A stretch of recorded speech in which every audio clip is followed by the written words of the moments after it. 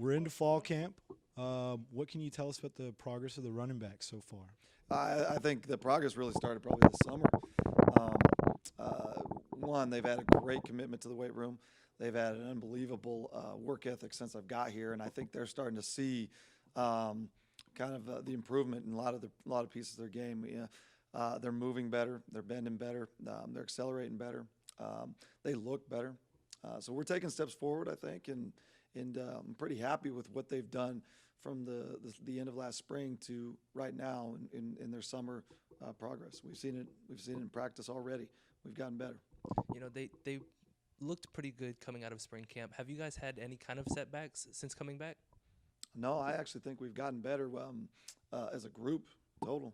Rob Brown was hurt for a minute, and we've got him back, so that helps. I think between AT and Twyford, the summer's development has been great for them. AT looks like he's gotten in a little bit better shape, moving a little bit better than he did in spring. Still managed to keep the same weight. Twyford's a little more explosive. I mean, so we're seeing the benefits of the weight room and those guys' commitment to it. You know, that's the biggest thing is, you know, we've got this program going and you know, we're working on it, but really those guys' effort and commitment to what we're asking them to do has been the difference in my mind. Coach Spavital mentioned your ability to balance the special teams and the running back position group and how you do an excellent job of doing that. Does that mean that you have an inside look on your running backs, how they fit into special teams? Do you like to use them in that sort of role? Yeah, I try to use anybody we've got that can help us win in that type of role, and my position's no different. You know, I think with the running backs, though, you get a little bit unique. I get a little bit more of an insight into who they are because I deal with them on a daily basis. And you know their work ethic, you know their competitiveness, you know if they've got a little bit of an edge to them and whatnot. And those are kind of some of the things you look to put on your special teams units. It's what we try to put out there on football in general. Tough, playing, edgy, guys that can execute with great effort. And whether it's offense, defense, or kicking, I think you're trying to get those guys out. But yeah, it helps because I know those kids a little bit better, and I think they're going to help us out. I really do. I know Anthony mentioned about how the fact you guys have been having to run more receiver routes. How much time have you had to dedicate to be able to maybe able them to run routes and so forth? It's probably the best thing we do. It's one of the better things we do, and we spend zero time on it, to be honest with you. It's just being straight with you, man. Our guys naturally catch the ball. It ain't because I'm out there doing ball drills, guys. A little bit of it goes to preparation. I mean, those guys were on the jugs all summer long, and they were catching balls and doing a lot of stuff. But the routes that we run aren't difficult. Nothing near what the receivers are doing. But our guys are confident in executing, and our guys are confident in catching the ball. And, you know, it's been good. You know, how have special teams looked? You have a lot of new kickers coming in, and it seems like it's a pretty full room right now. Yeah, that's a loaded question. How do special teams look? Well, which phase? Because there's about six of them. We got all of our positions dealing with new people. I mean, it's been a zoo, to be honest with you. It's been fun. The youngest group that I've probably had to work with in a while, and probably I shouldn't even say young, I should say the greenest, because a lot of these guys are coming in first-time players here. You know, and if you really look at that room, you've got Josh Rowland, who's the UT transfer, okay, who's got a little bit, he's got going. You got Alan Arona, who's freshman out of high school. You got Seth Keller, who's coming straight out of 1 year of a pretty successful year in the Texas junior college system. And then, you know, you've got Foster Hilborn, who came back from last year. That's just your kicking position. And so managing those reps and getting all these guys exposure and trying to develop them in such a short amount of time has been fun. And then obviously you go with our punting position, you're talking about, you know, Clayton Stewart coming back and also the addition of our punter from Australia. Seamus O'Kelly, yeah. Irish guy from Australia. It's kind of interesting. It is. Well, I did a double take on it myself. But once again, developing young guys, and you've got this amount of time, and so it's a work in progress, man. It really is. As far as the running back room, you know, we were talking to Coach Stitt, and he was saying that in his opinion, the strongest position on offense is the running backs. Is that something you agree with? Does that put a little pressure on you there, or? Absolutely, I agree with. Absolutely, no pressure. I think, you know, when you look at the position, you got to have guys that can execute. You got to have guys that can execute with great effort. And I think you create pressure when you're uncertain, right? That's where pressure comes from, and I don't think there's no uncertainty with that group, and it's nothing to do with me again. Honestly, it's more to do with who they are as people and their work ethic, and they're really bound together. So, do I feel like they're the strength of our offense? I do, but I'm biased, and I think it's I just yeah, we'll be where we need to be come game day. You can believe that.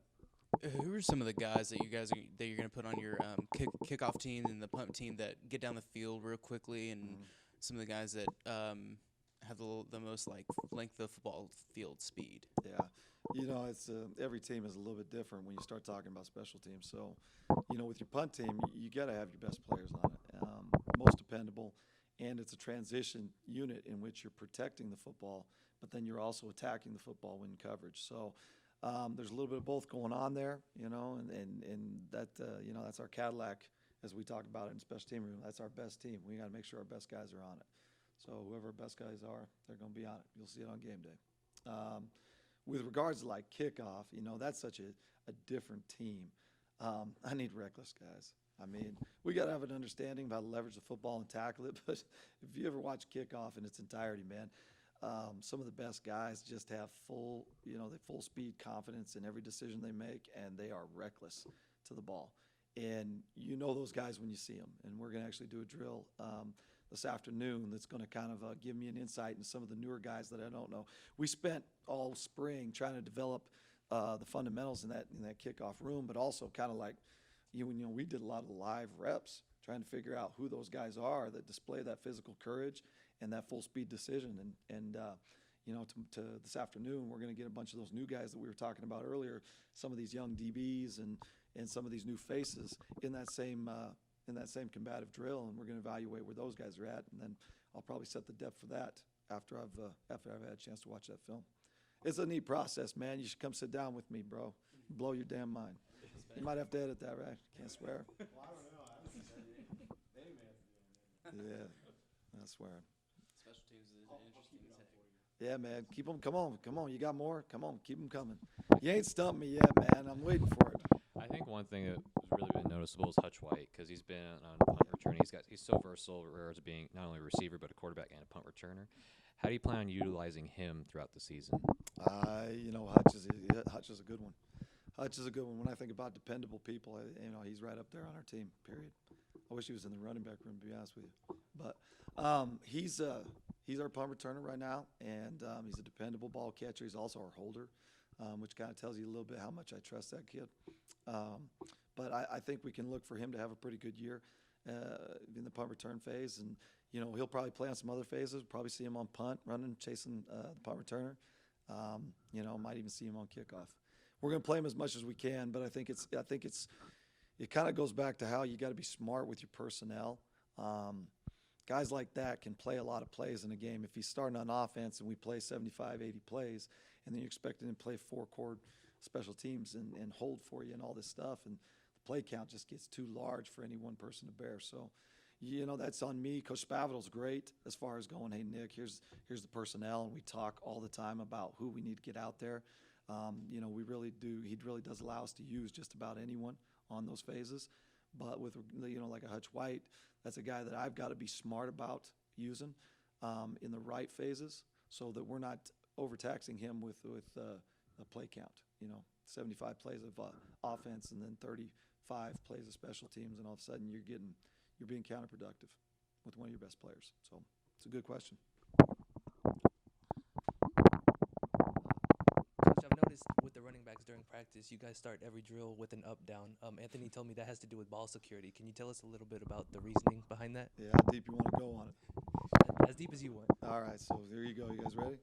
All right, so when we start talking about ball security, right, I believe that you go out there and you watch all these guys that do these ball security drills, and you just run out here and, hey, man, we're going to do a ball security drill for a couple minutes. I think it's good. But with that running back position, you really have to build in this innate grip that's in your head where, like, you don't even know how to hold the ball otherwise, right? And that takes 10,000 reps of continuous conscious focus on squeezing that ball. So in order to get to that level, what we do is I try to develop an unconscious habit with those guys. So every time we do a drill, it's an up-down which forces you to squeeze the ball with the ball hand or the ball arm and not allow yourself to use that arm to pick yourself up, if that makes sense. And so that ball security rep is going into every drill we do, and that just kind of builds that subconscious grip on it. It's kind of like clenching your teeth. If you're a teeth clencher, you kind of do it all the time and you don't really know it. Right? I'm trying to do the same thing with their ball security, just trying to create that consistent habit where they're unconsciously focused on grip on that ball.